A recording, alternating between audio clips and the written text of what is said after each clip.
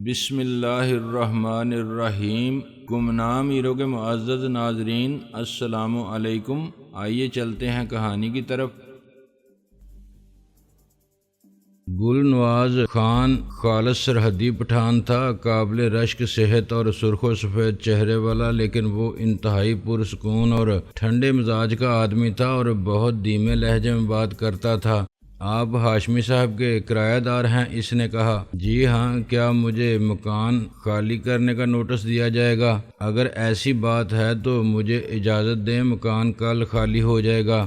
وہ مسکرایا۔ نوجوان: ویسے تو میں فیس لیے بغیر کسی کو مشورہ نہیں دیتا اور زمانہ ایسا ہے کہ مشورہ ضائع کرنا بھی نہیں چاہیے، لیکن تم سے میں علم اور تجربے میں زیادہ ہوں، اس لیے ایک بات کہتا ہوں، یہ جو غصہ ہے نا، یہ آدمی کی عقل کا سب سے بڑا دشمن ہے، اور عقل ساتھ نہ دے تو تم دنیا میں کسی کے لیے کچھ نہیں کر سکتے، اپنے لیے بھی نہیں۔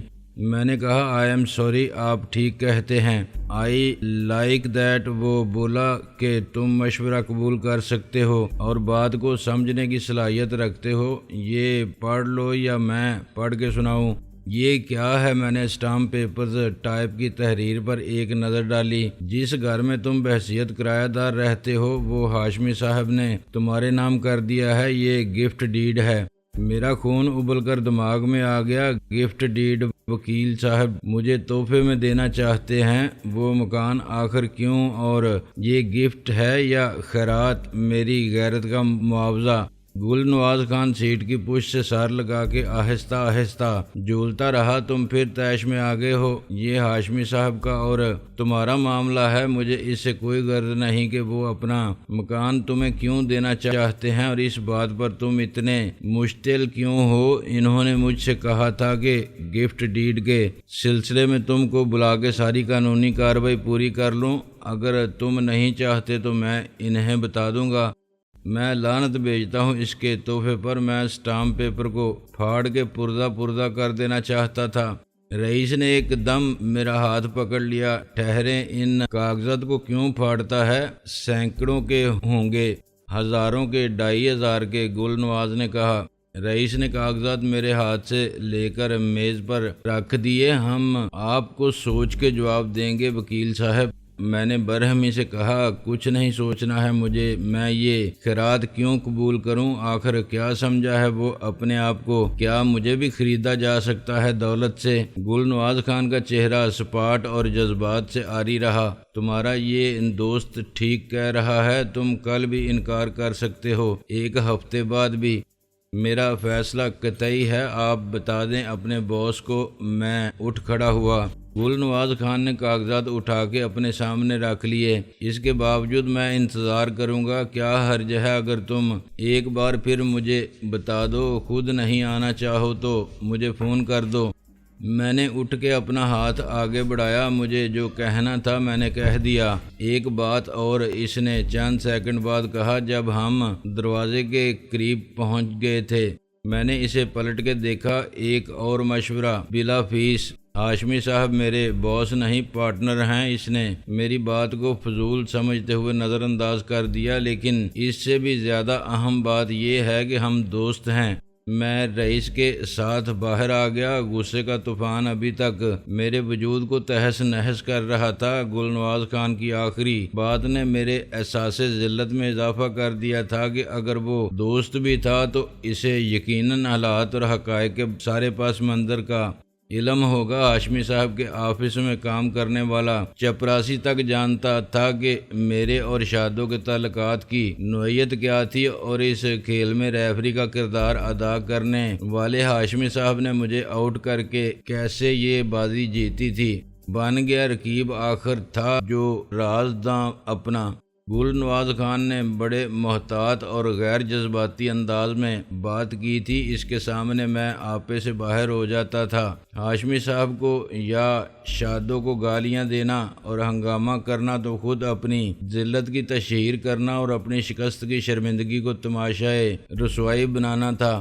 آفس سے نکلتے ہی میں رئیس پر پھٹ پڑا۔ تو کیا افلاطون سمجھتا ہے اپنے آپ کو؟ سور کے بچے، کیا سوچنے سمجھنے کی عقل اور صلاحیت تیرے پاس مجھ سے زیادہ ہے؟ آخر ہے نا فقیر، خیرات دیکھتے ہی تیری غیرت مر جاتی ہے، ضمیر خاموش ہو جاتا ہے۔ لالچی کتے، تو کیا سمجھتا ہے اس طوائف کی کمائی کی؟ یہ زکوٰۃ قبول کر لوں گا، پیسہ ہاتھ کا میل ہوتا ہے، یہ اس کے جسم کا میل ہے۔ جسم بیچ کے اس نے ایک ہوس پرست بڈھے کی دولت حاصل کر لی ہے تو خود کو رئیس زادی سمجھنے لگی ہے، اور مجھے فقیر بنا تھا۔ میں اس کی محبت میں الو کا پٹھا تھا۔ میں بہت دیر تک بولتا رہا اور شادو کو وہ سب کہتا رہا جو لا حاصل اور بے مقصد تھا۔ اس سے میرے مجروح جذبات کی تسکین ہوتی تھی۔ رئیس نے سب کچھ خاموشی سے سنا۔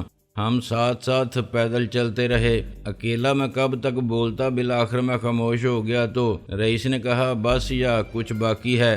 میں نے اسے کوئی جواب نہیں دیا۔ ہم چڑیا گھر کے سامنے سیمنٹ کے ایک بہت بڑے بیکار پڑے ہوئے پائپ پر بیٹھ گئے اور گزرتے ہوئے لوگوں کو اور ٹریفک کو دیکھتے رہے۔ ایک گھر کے در و دیوار، ایک شہر کے کوچہ و بازار، موسم اور صبح دوپہر یا شام کتنے اداس اور اجنبی اور بے رحم لگتے ہیں جب دل کے اندر جذبات کے رنگوں میں امید کا اجالا نہ رہے۔ رئیس نے اچانک کہا، کل پرسوں کسی وقت ان کاغذات پر دستخط کر دینا۔ میں نے چمک کے کہا، بکواس مت کر۔ رئیس سامنے دیکھتا رہا۔ تیرے انکار سے کیا ہوگا؟ اسے معلوم ہو جائے گا کہ میں اس کے پیسے پر تھوکتا ہوں۔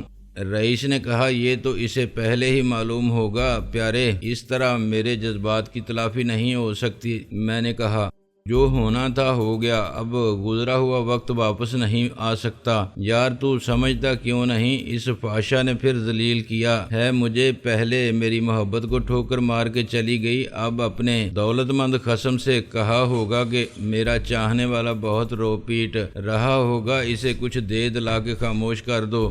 یہ ہو سکتا ہے کہ شادو کو معلوم بھی نہ ہو، خود ہاشمی صاحب نے سوچا ہو کہ ناصر کا اپنا گھر نہیں ہے کوئی، میں اپنا گھر بنا لوں گا، اور وہ ایسا اینٹ چونے کی دیواروں والا فضول مکان نہیں ہوگا جس کے مقابلے میں ہاشمی صاحب کا سرونٹ کوارٹر بہتر ہے۔ خیرات میں مجھے وہ پھٹا پرانا جوتا دے رہا ہے جو اس کے کسی کام کا نہیں، اتنا ہی دل والا ہے تو گفٹ میں دیتا۔ گلبرگ کی ایک کنال والی کوٹھی، اتنی کم قیمت لگائی ہے اس نے میرے جذبات کی۔ یہ دوسرا تمانچہ مارا ہے اس نے مجھے، پہلے مجھ سے میری محبت چھین لی، اب 2 لاکھ دے کے کہہ رہا ہے کہ چلو بھول جاؤ محبت کو، تمہیں اس کی قیمت مل گئی۔ محبت کو تم کیا کرتے؟ مرچ مسالہ لگا کے چاٹتے۔ 4 دن میں آٹے دال کا بھاؤ معلوم ہو جاتا تو محبت بن جاتی مصیبت۔ یہ مکان تو رہے گا اور اس کی قدر و قیمت بھی بڑھتی رہے گی۔ وہ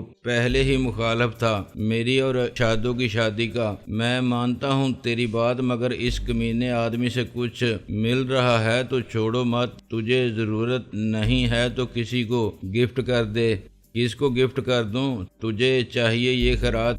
ہمیں کچھ نہیں چاہیے پیارے۔ رئیس ہنسنے لگا، ہم تو سالے فقیر ہیں، جہاں جی چاہا ڈیرا ڈال لیتے ہیں اور دل بھر جائے تو چل پڑتے ہیں ادھر ہی جدھر تقدیر لے جائے۔ مجھے معلوم ہے تیرا دل کتنا بڑا ہے، تو نے 1 لاکھ کا چیک کاغذ کے پردے کی طرح پھاڑ کر پھینک دیا تھا۔ ہاشمی صاحب کو پتا چلے گا کہ تو نے یہ مکان کسی اور کو دے دیا ہے، تو نے خیرات کو آگے خیرات کر دیا، اس کا مال چھوڑا بھی نہیں اور رکھا بھی نہیں۔ میں سمجھا نہیں تو کیا چاہتا ہے آخر؟ دیکھ پیارے، ویسے تو دنیا میں لاکھوں ہوں گے جو بے گھر پیدا ہوتے ہیں اور بے گھر ہی مر جاتے ہیں، سڑکوں اور فٹ پاتھوں پر عمر گزار دیتے ہیں، جھونپڑی تک نصیب نہیں ہوتی انہیں۔ میں نے خود دیکھا ہے لوگوں کو گندے نالے کے کسی پل کے نیچے رہتے ہوئے، جانوروں کی طرح کسی پہاڑی کے غار میں جہاں وہ رہتے ہیں، اور پھر وہ بچے بھی تو رہتے ہیں جن کو وہ جنتے ہیں۔ ہم کیا کر سکتے ہیں اگر کسی کے نصیب میں ایسا ہے، لیکن کیا میں 2 سال رہا ماسی ہیر اور ڈاکٹر رانجھا کے ساتھ۔ بڑی مشکل سے انہوں نے ایک سر چھپانے کا آسرا بنا لیا تھا۔ اسے بھی میونسپلٹی والوں نے بلڈوز کر دیا۔ تجھے اندازہ نہیں کہ ہیر کتنی دکھی ہے، اور وہ ساری عمر ایسے ہی ٹھکانوں کی تلاش میں بھٹکتے رہے ہیں، اور اس بے سر و سامانی غربت اور اکیلے پن کے باوجود وہ دل کے بڑے غنی ہیں۔ کرایہ تو نام کا تھا، اس سے دگنا وہ مجھ پر خرچ کر دیتے تھے۔ میرا کھانا پینا، دوا دارو، جو محبت انہوں نے مجھے دی، اس کا کیا مول؟ تو چاہتا ہے کہ میں یہ گھر ان کے نام کر دوں؟ میں سوچ میں پڑ گیا۔ ہاں، گل نواز خان سے کہہ کہ تیری یہی خواہش ہے۔ ہاشمی صاحب کو پتہ چل ہی جائے گا کہ تو نے ان کا احسان قبول کر کے بھی قبول نہیں کیا۔ اس کے پاس تو کروڑوں ہوں گے، 2 لاکھ اس کے نزدیک کیا ہیں، مگر جس کے پاس کچھ بھی نہ ہو وہ 2 لاکھ ایک ہاتھ سے لے کر دوسرے ہاتھ سے کسی کو دے دے، اور ایسے کہ دوسرے ہاتھ کو خبر بھی نہ ہو۔ میں نے کہا، میں سمجھ گیا تیری بات۔ سوچ کے ہیر رانجھا کتنے خوش ہوں گے، ان کی خوشی کا اندازہ کر، اور جتنی دعائیں ان کے دل سے نکلیں گی وہ تیرے کام آئیں گی پیارے۔ میں نے سر ہلایا۔ ٹھیک کہتا ہے تو، شاید میری سمجھ میں تو کچھ نہیں آتا۔ مجھے ضرورت ہے ان دعاؤں کی جن سے میری دل کو سکون ملے۔ رئیس نے میرا بازو پکڑ لیا۔ ابے ادھر دیکھ، مال روڈ پر رات کا اندھیرا پھیل گیا تھا۔ 2 رویہ لگے ہوئے مرکری بلبوں کا اجالا صرف اسی حصے کو روشن کر رہا تھا جس پر خیرہ کن روشنی کی لکیریں بنانے والی گاڑیاں دوڑ رہی ہیں۔ ان کے چمکیلے سرخ اور سیاہ، نیلے اور سلور یا گولڈ مٹیالے رنگ اجالوں کو منعکس کر رہے تھے، مگر سڑک کے دونوں کناروں پر گھنے پھیلے ہوئے درختوں کے نیچے گہرے سایوں کا اندھیرا ٹھہرا ہوا تھا، جس میں فٹ پاتھ پر چلنے والے اکا دکا راہگیر سایوں کی طرح متحرک نظر آتے تھے۔ میں نے گہرے دھندلکے میں ایک ہیبلا سا دیکھا، وہ ہم سے کچھ فاصلے پر ٹیلی فون کے کھمبے سے ٹیک لگائے کھڑا تھا۔ پھر آہستہ آہستہ وہ نیچے پھسلتا گیا۔ فٹ پاتھ پر ٹانگیں پھیلا کے اس نے کھمبے سے پیٹھ لگا لی اور سر کو یوں جھکا لیا جیسے اس پر نشہ طاری ہے۔ کون ہے یہ؟ میں نے کہا۔ رئیس کچھ حیران ہوا۔ ابے پہچانا نہیں تو نے؟ غور سے دیکھ۔ اسی وقت باپڑا ہاؤس کی طرف سے پڑنے والی کسی گاڑی کی ہیڈ لائٹ پل بھر کے لیے اس کے چہرے پر چمکی۔ یہ تو شاہ جی ہے۔ رئیس نے کہا۔ ہاں، آہستہ بول، اس نے سن لیا تو کیا ہوگا؟ میں نے کہا۔ کیا کر سکتا ہے وہ؟ آخر اس کی اپنی حالت کیا ہو رہی ہے؟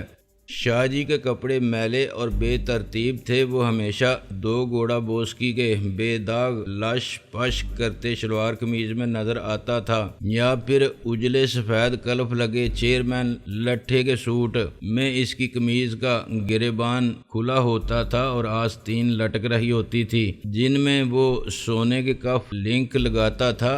اس کے کانوں سے نیچے تک آنے والے سیاہ چمکیلے بال، جن کو وہ درمیان سے مانگ نکال کے 2 حصوں میں تقسیم کرتا تھا، جھاڑ جھنکاڑ ہو رہے تھے۔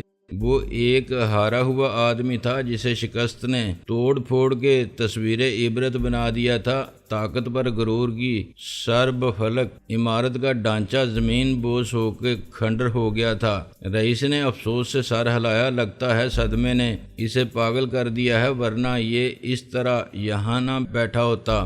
میں نے ایک بے رحمانہ مسکراہٹ کے ساتھ کہا۔ ہاں، انسان کو اسی دنیا میں اپنے اعمال کی سزا مل جاتی ہے۔ قدرت خود اس کے اسباب پیدا کرتی ہے۔ کیا میں اس سے پوچھوں کہ اے فقیروں کے شہنشاہ معظم، کہاں ہے تیری وہ گداگری کی سلطنت جس کا تو بے تاج بادشاہ تھا؟ کہاں ہے تیرا وہ رعب اور دبدبہ جس کے سامنے تیری فقیر رعایا کا پیشاب خطا ہوتا تھا؟ تجھے نذرانے اور صدقے دینے والے اور تیرے ظالم ہاتھوں سے کوڑے کھا کے اپنے زخم چاٹنے والے کہاں ہیں؟ تیری دولت اور بدماشی کہاں گئی؟ چھوڑ یار، سب کچھ وہیں ہوگا۔ وہ ڈیرا بھی، فقیر بھی۔ صدمے سے دماغ چل گیا ہے سالے کا، یا پھر اس نے اتنی پی لی ہے کہ اسے اپنا ہوش بھی نہیں۔ میں پوچھتا ہوں اس سے۔ میں نے اسے روک لیا۔ یار لعنت بھیج اس پر، پولیس اٹھا کے لے جائے گی، یا ہوش آئے گا تو خود چلا جائے گا۔ اس کے خراج گزار خود بھی اسے تلاش کرتے پھر رہے ہوں گے۔ لیکن میرے منع کرنے کے باوجود رئیس اس کے پاس جا بیٹھا۔ میں اس کے پیچھے ایک درخت کی اوٹ میں چھپ کے کھڑا ہو گیا۔ رئیس نے اسے آہستہ سے ہلایا۔ شاہ جی نے چونک کے سر اٹھایا۔ کون ہے؟ اس نے ایک گالی دی۔ نشے کی زیادتی سے اس کی آواز میں لکنت آ گئی تھی۔ میں رئیس ہوں۔ اچھا، بہت بڑا رئیس ہے۔ کتنا رئیس ہے تو؟ لا، اس نے اپنے ہاتھ پھیلایا۔ اللہ کے نام پر ایک فقیر کو شادو دے دے۔ شادو تیرے پاس ہے، میرے پاس کچھ بھی نہیں ہے۔ اس نے اپنی خالی جیب الٹ کے دکھا دی۔ چلو میں تم کو گھر چھوڑ آؤں، رئیس نے دکھی لہجے میں کہا۔ نہیں، پہلے شادو، اللہ کے نام پر مجھے میری بیٹی دے دے۔ شادو میرے پاس نہیں ہے شاہ جی۔ شاہ جی نے ایک دم اس کی گردن دبوچ لی اور چلانے لگا۔